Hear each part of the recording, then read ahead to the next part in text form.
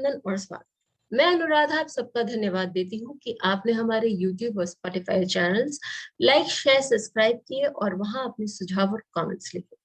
जब हमने राहु और शनि का वीडियो बनाया था तो लोगों ने हमसे मांग करी थी, लोगों ने हमसे निवेदन किया था कि हम शनि और केतु पर भी वीडियो बनाएं। तो उन सबको ये वीडियो डेडिकेटेड है जिन्होंने हमें ये बात लिखी थी कि केतु और शनि पर वीडियो बनाएं। जब हम शनि की बात करते हैं तो हम जानते हैं कि शनि जो है वो कर्म कारक है।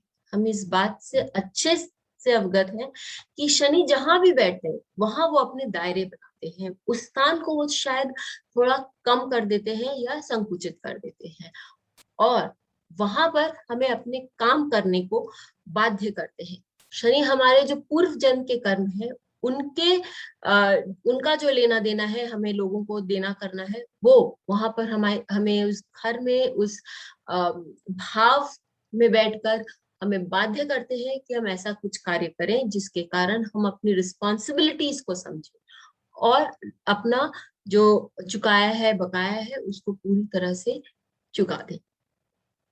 शनि जो है वो अपना कर्म कराते हुए हमें ये बताते हैं कि हमें लोगों से कोई चाह नहीं रखनी चाहिए, किसी चीज की हमें डिजायर नहीं होनी चाहिए, वापस कुछ हमें लोग पलट के दे हमारे कर्मों के लिए, वो हमारे अंदर नहीं होना चाहिए और हमें अपना कर्तव्य पूरा करते हुए आगे बढ़ना चाहिए।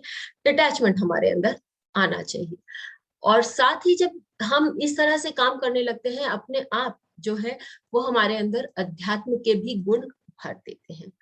शनि क्योंकि शैने शैने चलते हैं, तेज तेज नहीं चलते, तो कोई भी रिजल्ट शनि का जो है वो हमारे जीवन में बहुत जल्दी नहीं आता। शनि पहले हमसे अच्छे से काम कराते हैं और फिर अपने रिजल्ट्स देते हैं। शनि कभी हमें किसी चीज के लिए मना या डिनाई नहीं करते, लेकिन रिजल्ट्स जो वो देते हैं वो लंबे अंतराल के बाद ही देते हैं और हमारे परिश्रम को देखकर ही वो रिजल्ट्स देते हैं। केतु के बारे में जब हम बात करते हैं तो हम देखें कि केतु जो है उसको अध्यात्म का प्लैनेट तो माना ही गया है। उत्तर कलामृत के अनुसार केतु नवम भाव काल पुरुष कुंडली के नवम भाव में उच्च का होता है और काल पुरुष कुंडली के द्वादश भाव में वो बहुत अच्छे से उसको शायद अपना ही भाव मानता है और बहुत अच्छे से अपने रिजल्ट्स देता है। तो ये जो केतु के प्लेसमेंट्स है, ये गुरु के भावों में प्लेसमेंट्स है, वो हमें अध्यात्म की ओर बहुत अच्छे से ले जाने के लिए सक्षम है। केतु जो है वो हमें डिप्रेशन की दे सकते हैं। वो हमें डिप्रेशन क्यों और कैसे देते हैं? क्योंकि केतु एक वो प्लेनेट है जिनका धड़ सर नहीं है। तो जो सारी हमारी भावनाएं हैं या हमारी जो जर्नी है वो पूरी अंदर की तरफ हो जाती है या हम अपने आंतरिक विश्व को ज्यादा समझने लगते हैं, जिसके कारण ये भी हो सकता है कि हम बाहर के लोगों से कटे रहें।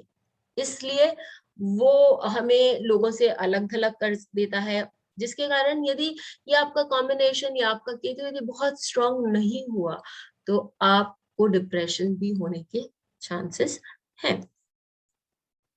और केतु जो है उसको हमारे बड़ों ने ये कहा है कि वो इनलेट ऑफ कर्मा है। ये आपके पूर्व जन्म के फल है जो आपके सामने केतु लेकर आते हैं। जो कॉमन पॉइंट्स हमने देखे इनमें शनि और केतु में कि दोनों हमारे पूर्व जन्म के फल लेकर आते हैं और हमें काम करने पे बाध्य करते हैं। हमें अपना जो पूरा काम है बिना किसी से कोई एक्सपेक्ट किए जो काम करना है वो काम करने को बाध्य करते हैं। तो क्या ये केवल हार्डवर्क ही है? क्या ये केवल उन परिस्थितियों के सामना का ही सामना करना है जिसमें हमें खाली लोगों को देना है या कुछ हमें मिलेगा नहीं? हम जीवन भर अथक परिश्रम करते जाएंगे लेकिन हमें उनसे कुछ प्राप्त करने की आशा नहीं रखनी चाहिए। देखिए, ये बहुत विपरीत बातें हैं, लेकिन केतु हमें देता भी है। केतु और शनि का ये कॉम्बिनेशन हमें देता भी है और मटीरियलिस्टिक भी देता है। लेकिन उससे पहले उनकी ये चाह है या उनकी ये डिमांड है कि हम अपने कर्मों को रिस्पॉन्सिबली पूरा करें। हम बिना किसी एक्सपेक्टेशन के, बिना किसी चाह के, बिना किसी रिटर्न के की आशा रखकर अपने मन में अपना काम पूरा करें और फिर केतु और शनि जो है वो हमें प्रोस्पेरिटी भी देते हैं, क्योंकि यदि आप उत्तर कलामृत पढ़ेंगे तो उसमें फर्स्ट फ्यू लाइंस में ही केतु के बारे में जो है लिखा है कि वो हमें प्रॉस्पेरस भी करते हैं, वो हमें धन संपदा भी देते हैं। उनका कारण बस बहुत बहुत अलग है, और वो ये है कि पहले आप कर्म करिए, आप अपने कर्म, जिस प्रकार गुरु बहुत जल्दी दे देते हैं, शनि और केतु जल्दी देते नहीं हैं। वो देखते हैं कि आप कितनी मेहनत लगा रहे हैं और उसके बाद वो हमें कुछ भी प्राप्त देते हैं। इसका ज्वलंत उदाहरण यदि मुझे लेना हो तो मैं लूंगी रजनीकांत जी का। रजनीकांत जी के तृतीय भाव, जो कि वर्गो राशि आती है, वहां उत्तर आषाढ़ नक्षत्र में दोनों केतु और शनि विद्यमान है। तृतीय भाव आपके कर्म का भाव होता है, तृतीय भाव आपके क्रिएटिविटी का भी भाव होता है। ये बताता है कि आप कितने कर्मठ हैं और साथ में आपकी सोचने की शक्ति और आपकी कलात्मक शक्तियां कितनी स्ट्रांग है। रजनीकांत जी के बारे में हम सब जानते हैं कि उनके बहुत ही हम्बल बैकग्राउंड्स थे और वहां से वो उठ कर आगे आए हैं। उन्होंने अथक परिश्रम मेहनत करी है।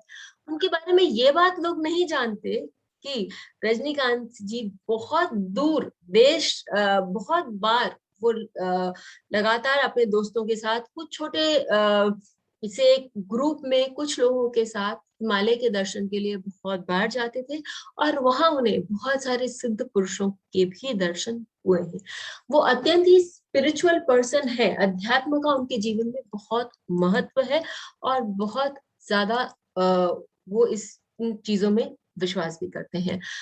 वह अपने जड़ों से बहुत अच्छे से जुड़े हुए हैं, जिसके कारण उनको जो संपदा मिली, आज दुनिया विश्व में यदि कुछ एक्टर्स के लिए बोला जाता है कि लोग किनको पूछते हैं तो रजनीकांत जी का भी नाम आएगा। उनको जो संपदा मिली वो दूसरों के समान, मतलब उसको आप, उसकी आप तुलना भी नहीं कर सकते। तो केतु और शनि ये संपदा हमें देने के लिए सक्षम है। आइजैक न्यूटन का भी हम केस ले लें। आइजैक न्यूटन के लिए उनका जो शनि और केतु का कॉम्बिनेशन है वो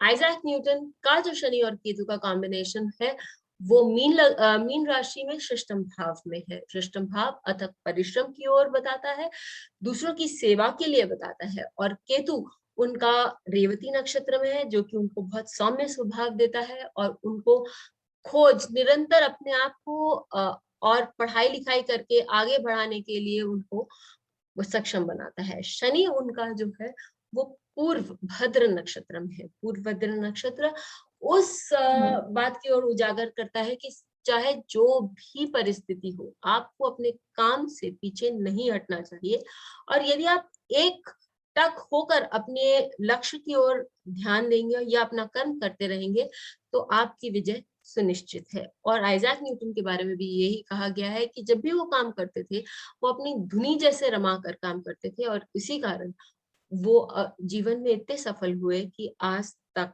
उनके मरने के नियरली 500 साल बाद तक लोग उनको याद कर। आगे हम बढ़ते हैं और एडवर्ड एट का चार्ट लेते हैं। एडवर्ड एट वो ब्रिटेन के राजा थे जिन्होंने 1 साल के अंदर राजपाट का त्याग किया। उन्होंने इस त्याग के लिए अब कभी किसी को जिम्मेदार इसके लिए नहीं ठहराया, क्योंकि उनको किसी लेडी से जो प्यार हो गया था और वो लेडी उस समय ब्रिटेन की राजकुमारी या रानी नहीं बन सकती थी, क्योंकि वो ट्वाइस डिवोर्स थी। इनके चार्ट से भी हम देख सकते हैं कि इन्होंने अपनी जो ड्यूटी थी अपने जीवन साथी के प्रति उसको निभाया। 9th हाउस जो है वो आपके मैटर्स ऑफ लव, या हम कहेंगे जो सही चीज है जो आपको करनी चाहिए उस समय, वो उन्होंने किया। और उनका जो शनि है वो हस्त नक्षत्र में है और केतु भी उनका हस्त नक्षत्र में है। तो उन्होंने अपने आप, अपने स्वयं से ही उन्होंने अपने राजपाट का त्याग किया। हो सकता है हमें ऐसा लगे कि उन्होंने अपना एक बहुत सुखद जीवन त्याग कर दिया, लेकिन उनका नाम भी अमर हो गया हिस्ट्री में, क्योंकि उन्होंने अपने प्रेम के लिए बड़ा राज त्याग दिया था। तो केतु और शनि आपको अमरत्व दिलवा सकते हैं, प्रोवाइडेड कि आप उसके लिए काम करने के लिए तैयार हैं। आप बिना किसी चीज की अपेक्षा किए यदि आप कर्म करते हैं तो केतु और शनि भी आपको बहुत बुलंद ऊंचाइयां दिला सकते हैं। फिर मिलेंगे, लेकिन हमें जरूर लिख के बताइए कि आपको ये वीडियो कैसा लगा। बेल आइकन को दबाएं ताकि आपको वीडियोस की अपडेट मिलती रहे। हमारे वीडियोस को लाइक करें, शेयर करें, उन पर कमेंट करें और हमारे चैनल को सब्सक्राइब करें।